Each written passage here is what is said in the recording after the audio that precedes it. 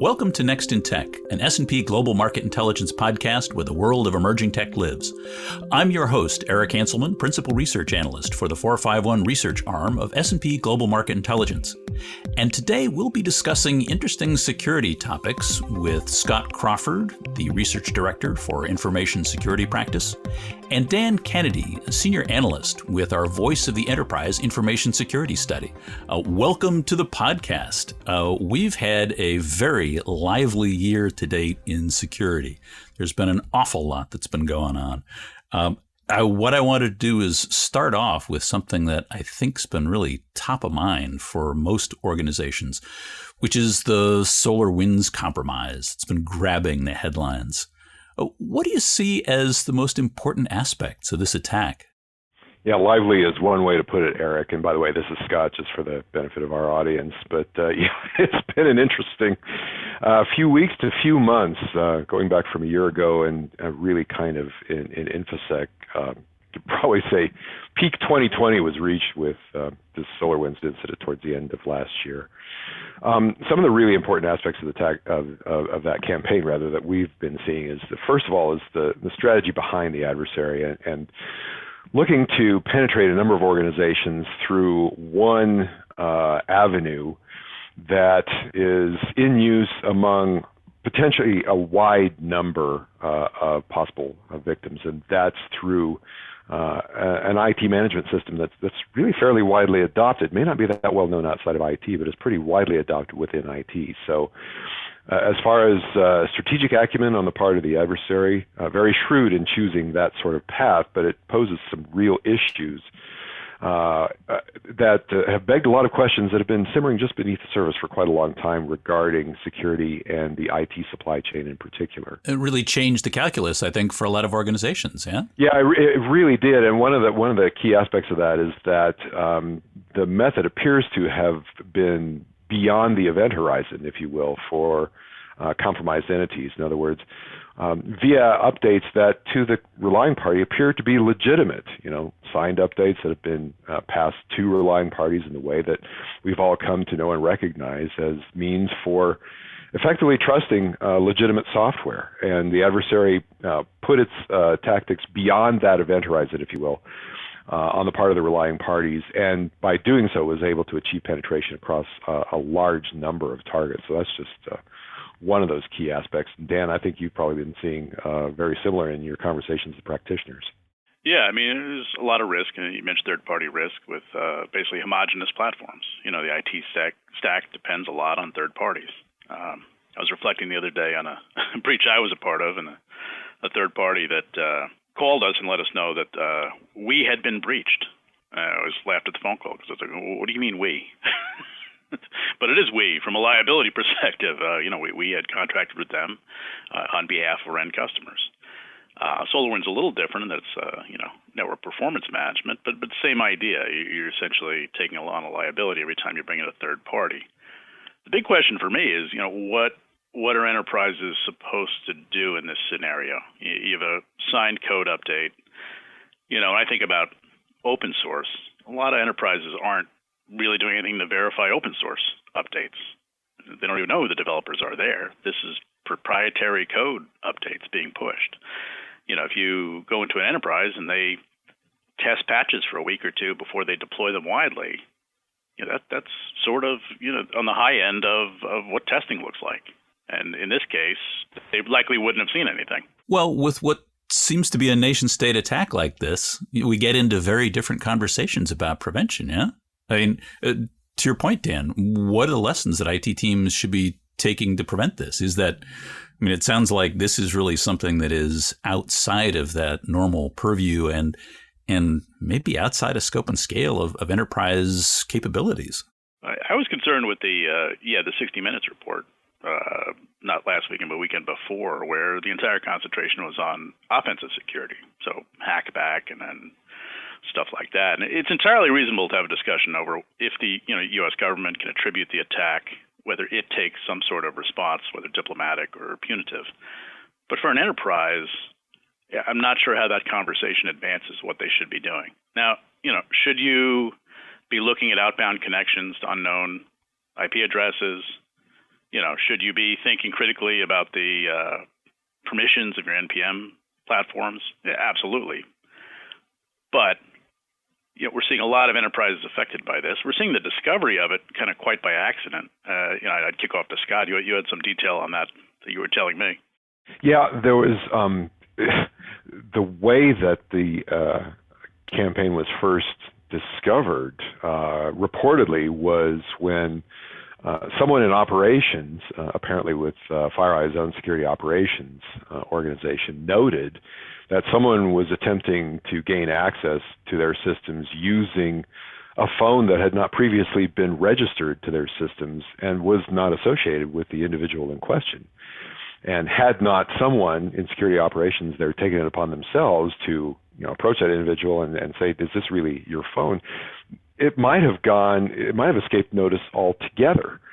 That's a little too serendipitous and causes some concern for sure for enterprises as well as for security practitioners and certainly for security vendors. Is there anything that the industry can do to improve vigilance over this type of activity? And of course, since the campaign was first discovered, we've been approached by any number of vendors who've told us, well, yes, we've had this, our customers had this data.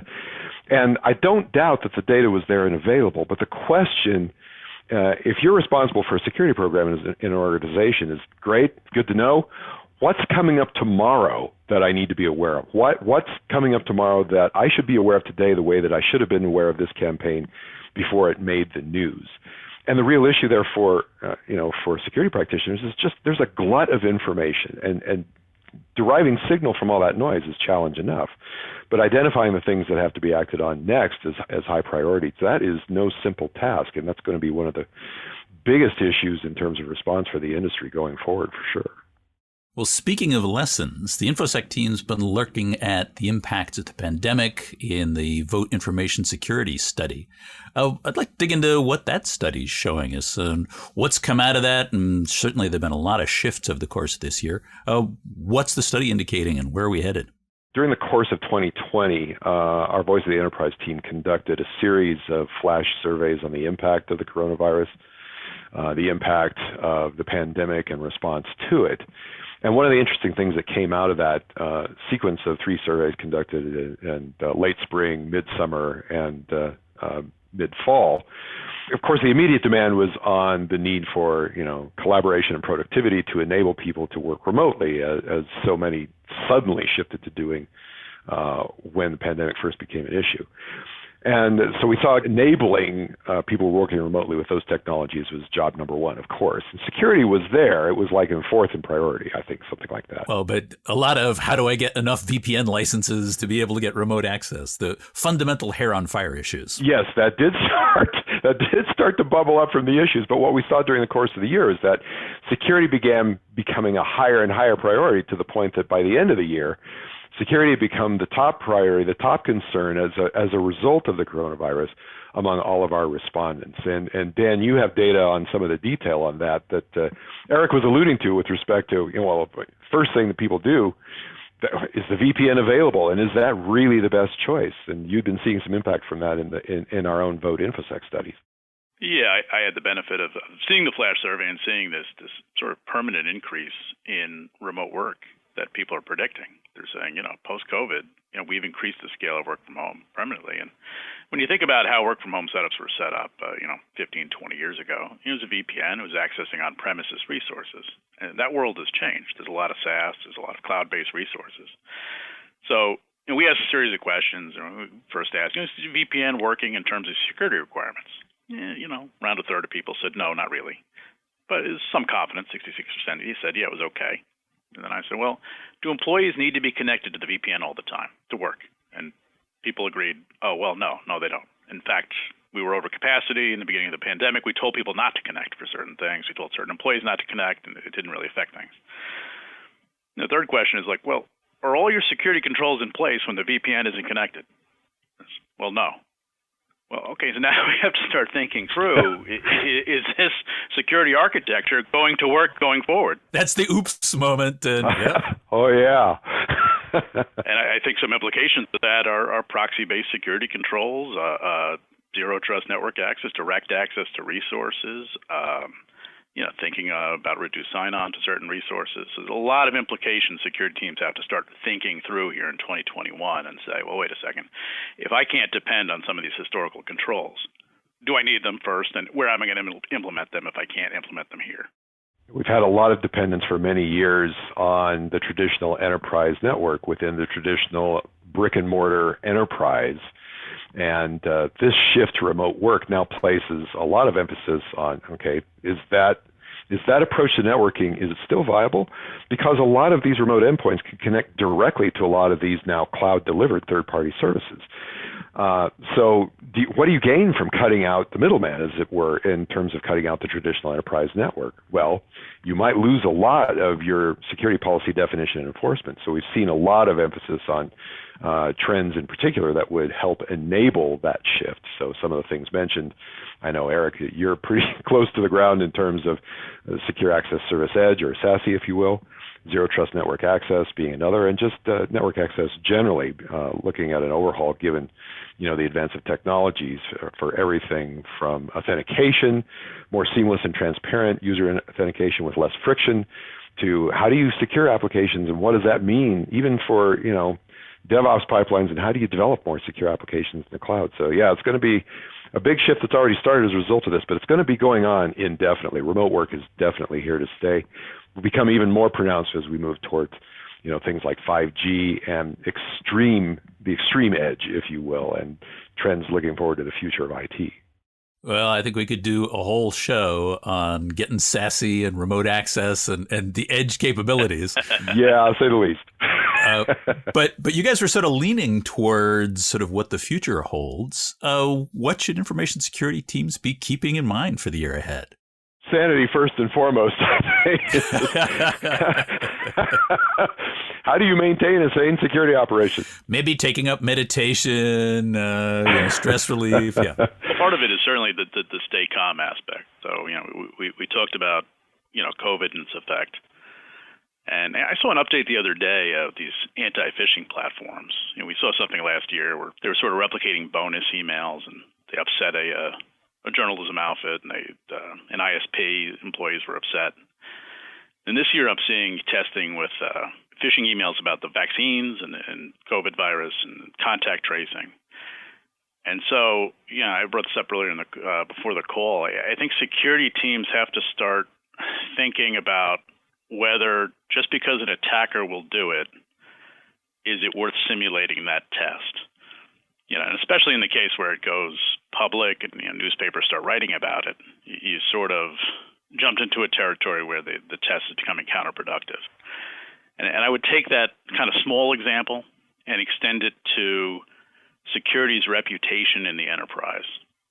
How are you viewed as an enabler in 2021 as opposed to a department that's punitive or potentially causing problems for people? There's certainly, you have to do security awareness. You have to, steer users away from certain things. But tying the whole conversation together, I talked about third-party risk at the beginning. I talked about reflecting on a breach I was involved with as a security executive. The way I initially found out about that problem was a developer telling me about it because someone had told him to kind of remove functionality from a website. And he knew that wasn't the limitation of the response. He had sat through security awareness training. He was aware of breach notification laws. He immediately raised the red flag to security. That's what you want. You want an environment like that. You want an environment like where FireEye, where someone sees a weird request and immediately raises it up. And so you want to develop a collaborative environment. I think security teams have to ask themselves with some of the stuff like anti-phishing, is this sort of furthering that goal? The benefits of doing these tests, and some of them are definitely inbound, but the higher level tests are upsetting people. Is it really a benefit to what you're trying to do? And is that reputation something that's moving from heavy-handed to one that's maybe more collaborative, more integrated with the business? And I know we've said this year in, year out, getting more tightly tied to the business, but it sounds like what you're both indicating is that that's where security teams have got to go. My favorite quote from Edward Tufte, which I repeat often, is that drug dealers and IT are the only two industries that refer to people as users. And to the extent that we maintain that mindset and only think about people in terms of how they interact with our technology, and we place the technology first, we're going to miss what security really is fundamentally all about, and that's human behavior. I mean, we're talking about dealing with an intelligent adversary. We're not just developing functionality towards some arbitrary goal. We're talking about how people actively seek to subvert technology. And on the other side, how people can use technology more safely to protect themselves as well as their organizations. So yeah, it's definitely a mindset we have to carry forward from this. Well, with that profound closing, I think we're going to wrap it up. We are at time. Gentlemen, thank you both very much for all of the insights. There's so many other topics that we could dive into. I got a feeling we've got probably another 4 or 5 podcasts worth of it to roll together. So we'll be hauling you back somewhere in here. Our 10-part review of SASE can be later this year. Only 10. I'm impressed. Well, you know where to find us. Only 10. I'd be gone for a dozen. And with that, that's it for this episode of Next in Tech. Thanks for our audience to staying with us.